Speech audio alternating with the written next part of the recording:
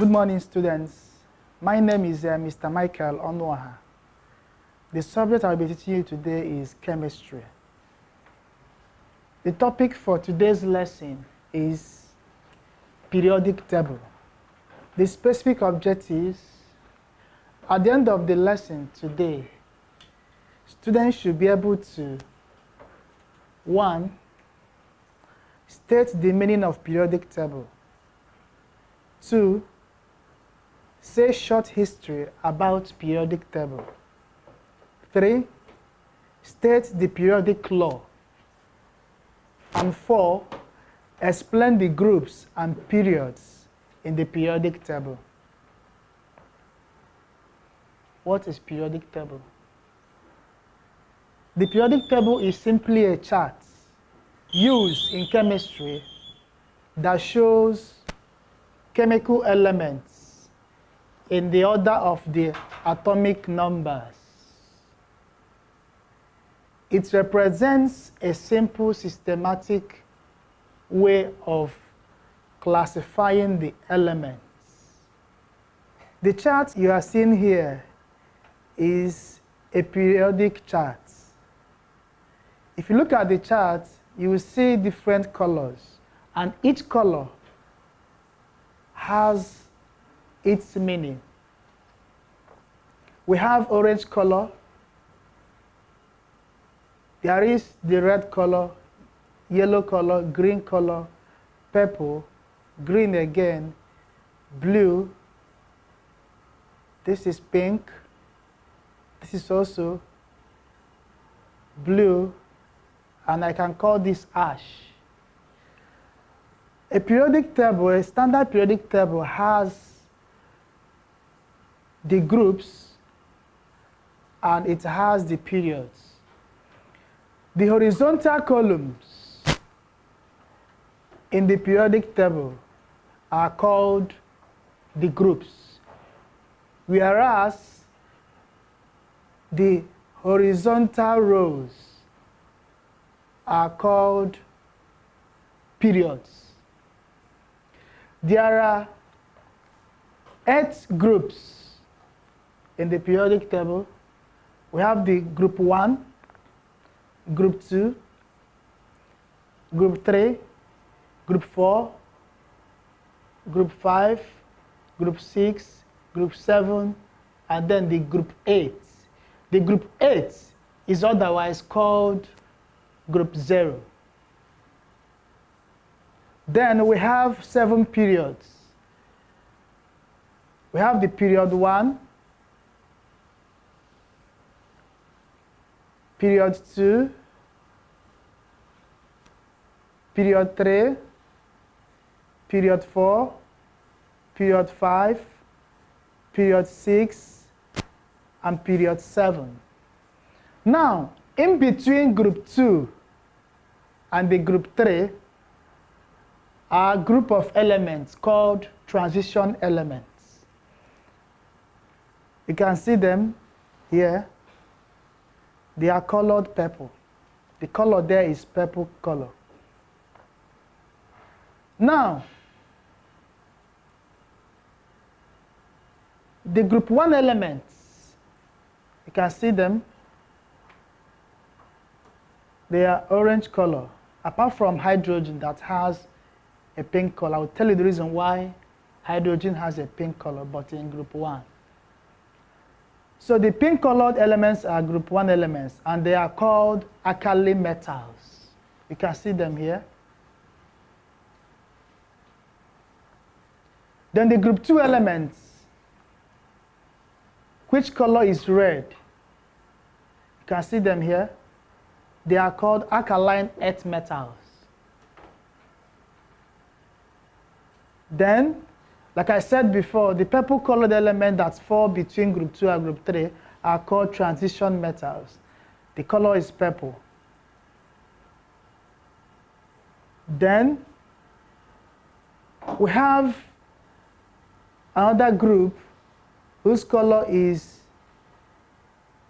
blue, light blue.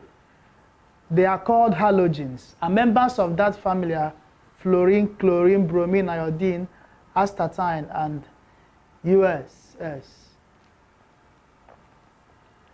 Then we have the yellow colored elements. They are the lanthanides. And then the greenish elements called the actinides. The periodic law, that's the second objective. The periodic law states that the physical and chemical properties of elements are the periodic functions of their atomic numbers. Then short history about the periodic table. In 1869, a Russian chemist, Dmitry Mendeleev, started the development of the periodic table, arranging chemical elements by atomic mass. He predicted the discovery of other elements and left spaces open in his periodic table for them. Thomson first discovered electrons, small charged particles in an atom. In all, the periodic table comprises over 103 elements. As time goes on, more elements are being discovered and they are being inserted in the periodic table. Then the groups. Elements in the same vertical column form a group. That is a vertical column. That is it. These are the groups. The vertical columns are the groups. Each group forms a family of elements represented by Roman numerals. I, which represent group 1, II2, III3, IV4, V5, VI6, VII7, and 0 or VII. That is the group 8. But can be represented as 1, 2, 3, 4, 5, 6, 7, and 0 or 8. The elements in the same group have the same number of valence electrons in their respective atoms. For example, lithium that has the configuration of 2s1, the valence electron is 1. Sodium that has the valence electron as 1, potassium K, and its valence electron is 1. For example, elements in group 1, like hydrogen,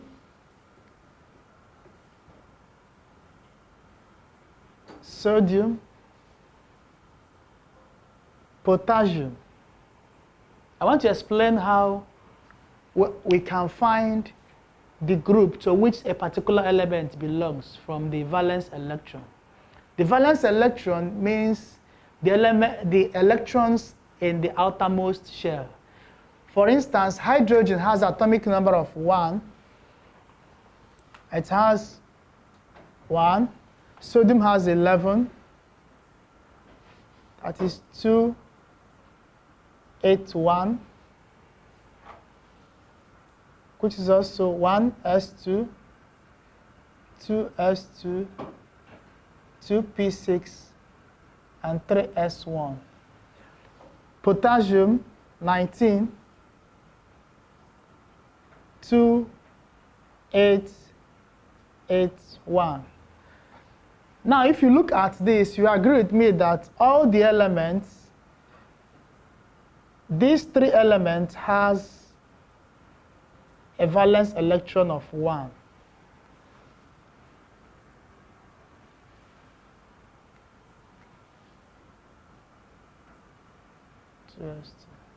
2p6, 3s2, 3p6, 10, 12, 18, 5s1.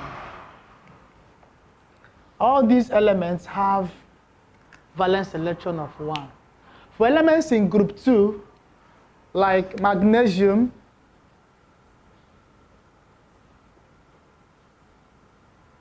that has 12, we have 2, 8, 2.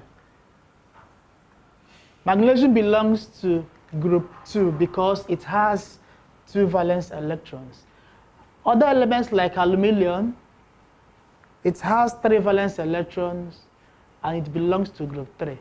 In other words, the number of valence electrons determines the group to which that particular element belongs. Whereas the number of shells determines the period to which that particular element belongs. For example, hydrogen has 1 shell.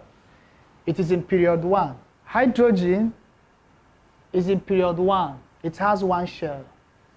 Helium is in period 1. It has 1 shell. Lithium is in period 2. It has 2 shells. Beryllium is in period 2. It has 2 shells.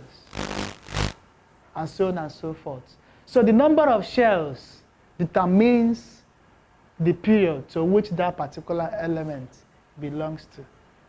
Elements with 1 valence electron belong to group 1. Those with 2 valence electrons belong to group 2.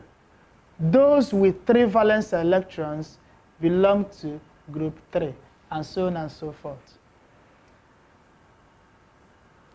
Certain groups of elements have family names. The group 1 elements are called alkali metals. Group 2 elements are called alkaline earth metals. Group 7 elements are called halogens. Then group 0 are called noble gases or inert gases or rare gases. The reason why they are called noble gases or rare gases is because they are inactive. They don't react.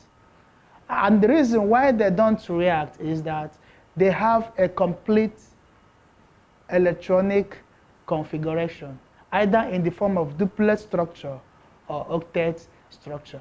So whereas other elements are reactive because they don't have a complete octet electronic configuration or duplet electronic configuration. Elements located between groups 2 and group 3 are called the transition elements. They correspond to the filling of the d orbitals. They are all metals. So the transition elements are all metals. Group 1 elements. The elements in group 1, except hydrogen, which is a non-metal, is called alkali metals. This is because they react with water to form alkalis and hydrogen gas. They are very reactive metal and are usually stored in oil to prevent them from reacting with water and air. Now, if you look at the chart, you will see that apart from hydrogen, all other elements in this group are colored pink. In other words, they are alkali metals, except hydrogen. Ordinarily, hydrogen is supposed to be in these groups. Group 6, non-metal, but it has a reason why it is in group 1. The reason why hydrogen is in group 1, but it's a non-metal, is because 1, as I said earlier, that the number of valence electrons determines the group. Since hydrogen has 1 valence electron, it is in group 1. Now, it is colored pink, which is a non-metal. That means hydrogen has a dual property. A dual property means it can be a metal, it can be a non-metal. It is a metal because it belongs to group 1 as a result of its valence electron being 1. Then it's a non-metal because it will accept 1 electron to attain duplex structure. Remember, the essence of reaction is to attain the stable structure of either duplex structure or octet structure. So since hydrogen can accept 1 electron to attain duplex structure, it is a non-metal. But it is a metal because it belongs to group 1 as a result of its 1 valence electron. Then the group 2 elements. The elements in group 2 are known as alkali earth metals. Group 0, the elements in this group are called noble gases. These elements are stable and do not need to form bonds with other atoms. They often exist as monoatomic gases. Metalloids. Metalloids are elements that have both properties of metals and non-metals. Examples of metalloids are boron, you can see it is painted blue,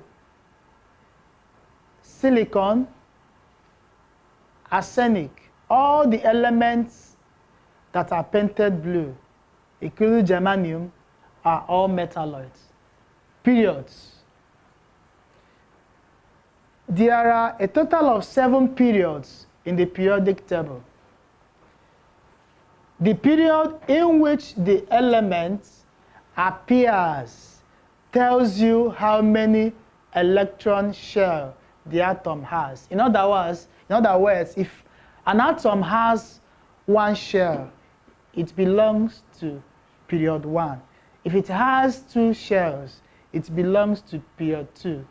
And if it has 3 shells, it belongs to the period 3. Example, hydrogen in period 1 has 1 electron shell. Lithium in period 2 has 2 electron shells. Sodium in period 3 has 3 electron shells. So hydrogen can see belongs to period 1, lithium period 2, sodium period 3, and so on and so forth. Elements in the same period have the same number of core electrons. The core electrons are the first 10 electrons. The first 10 electrons in the atomic number of any element are the core electrons. These are the core electrons for sodium. The second ones are the core electrons for magnesium. So the first 10 electrons in the electronic configuration of any atom are the core electrons. You can see them on the board here. These are the core electrons for sodium. Core electrons for sodium, core electrons for magnesium. Evaluation. Consider the following table. Elements J, Q, R, X, and Y with atomic numbers 9, 13, 16, 19, 24 respectively, and mass numbers 19, 27, 32, 39, and 52 respectively. With this table, solve the following. Which of the elements is a halogen? B. Which of the elements is most likely to be attracted by a magnet? C. Which of the elements belong to group 1? D. Which of the elements would readily form an ion with a double negative bond? E. Which type of bond would exist between J and X when they combine? F. How many neutrons are there in Q? And G, write the formula of the compound formed when arrow combines with X. Now, I want you to do the exercises.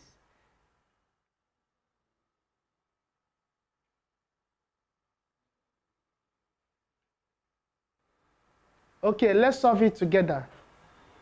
Okay, the answer to the number 1 question, A, the answer is J. The reason is because all halogens have 7 valence electrons. So when you write the electronic configuration for J, you have 2, 7. And you will see that it has 7 as its valence electron. So the answer to that question is J. Second question, which of the elements is most likely to be attracted by a magnet? It shows that for the element to be attracted by a magnet, that means that element must be a metal. And we have X. Since all metals are in group 1 and group 2, X, element X, is in group 1. Therefore, it is a metal. And the answer to that question is X. Also, Q is also a metal, 3. So the answer to that question is Q and is X and Q. The third question, C. Which of the elements belong to group 1? From the electronic configuration, the answer to that question is X. X belongs to group 1 because it has 1 valence electron. D. Which of the elements would readily form an ion with a double negative bond? When an atom accepts electron, it becomes negatively charged. And the essence of accepting an electron is to attain duplex structure. So for an atom to accept 2 electrons in order to form a double negative charge, that element, the answer to that question is R. D is R. E. What type of bond would exist between J and X when they combine? The answer is ionic bond. Because since X has 1 valence electron and J has 7 valence electrons, element J will require 1 electron to attain octet structure, and element X will attain octet structure by losing this 1 valence electron. So the type of bond that involves transfer of electron from a metal to a non-metal is called ionic bonding. So the type of bond that will exist between J and X is called ionic bond. Question F. How many neutrons are there in Q? Q has atomic number of 13, a mass number of 27. When you subtract 27, 27 minus 13 will give you 14. When you subtract the atomic number from the mass number, you have 14. And that gives you the number of neutrons. In other words, the number of neutrons is gotten by subtracting the atomic number from the mass number. So 27 minus 13 will give you 14. So the answer to that question is 14. The answer to that question is 14. Question G. Write the formula of the compound formed when arrow combines with X. When arrow combines with X. R has electronic configuration of 286, and X has electronic configuration of 281. R, we need 2 electrons to attain octet structure, and X will lose 1 electron to attain octet structure. Then the formula they will form is R has electronic configuration of 286, whereas X has electronic configuration of 2881. Element R will accept 2 electrons to attain octet structure, whereas element X will lose 1 electron, that is the valence electron, to attain octet structure. In other words, R, since R will accept 2 electrons, it will be 2 negative and X 1. So we have 2, 1. When they interchange their valences, we have X2R or R X2. So the answer to that question is the formula of the compound formed when R combines with X is X2R or RX2. Any of the formula can serve as the answer. Okay, my dear students, we've come to the end of this lesson. I hope you enjoyed the lesson. Thank you. See you in the next class.